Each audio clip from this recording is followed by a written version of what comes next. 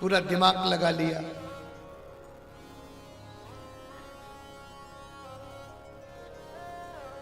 पर कानून बनने से पहले काटने वाला पहले ही बन जाता।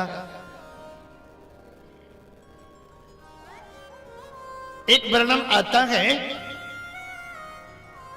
गरुड़ पुराण के अंतर्गत, एक डाली पर एक तोता बैठा था और तोते को देख करके यमराज जी हंस पड़े। और यमराज जब हंस पड़े तो तोता की हालत खराब हो गई।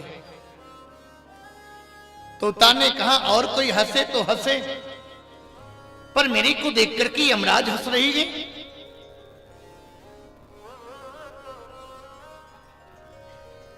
बड़े दुखी रहने लगे, अंदर से बीमार से रहने लगे।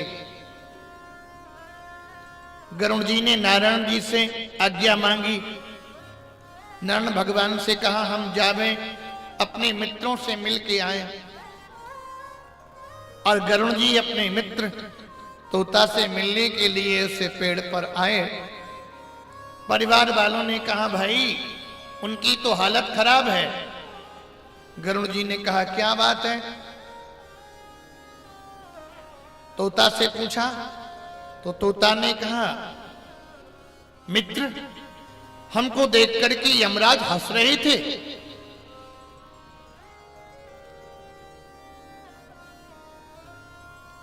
और मेरे को लगता है मृत्यु का निमंत्रण आ गया, क्योंकि यमराज हंस रहे हैं। गरुड़ जी ने कहा कोई तुम्हारा कुछ नहीं बिगाड़ पाएगा, क्योंकि गरुड़ की जो गति है ना वो मन से भी तेज गति है चलने में। गरुड़ जी अपने पीठ पर बैठाल करके तोता को 7 समुद्र के बाहर टापू पर बैठा लाए। और बैठाल के आए, बोले यहां यमराज के गुरु भी नहीं आ पाएंगे। और वापस आए। तोता से कह दिया था मैं यमराज से बोल दूंगा कि तोता मेरा मित्र है, उसको डिस्टर्ब नहीं करना। और यमराज के पास गरुड़ जी पहुंचे। गरुड़ जी ने कहा यमराज जी वो जो तोता को देख करके आप हंस रहे थे ना, वो मेरा बचपन का मित्र है। उसे देख करके क्यों हंस रहे थे आप? वो आपके हंसने से डर गया।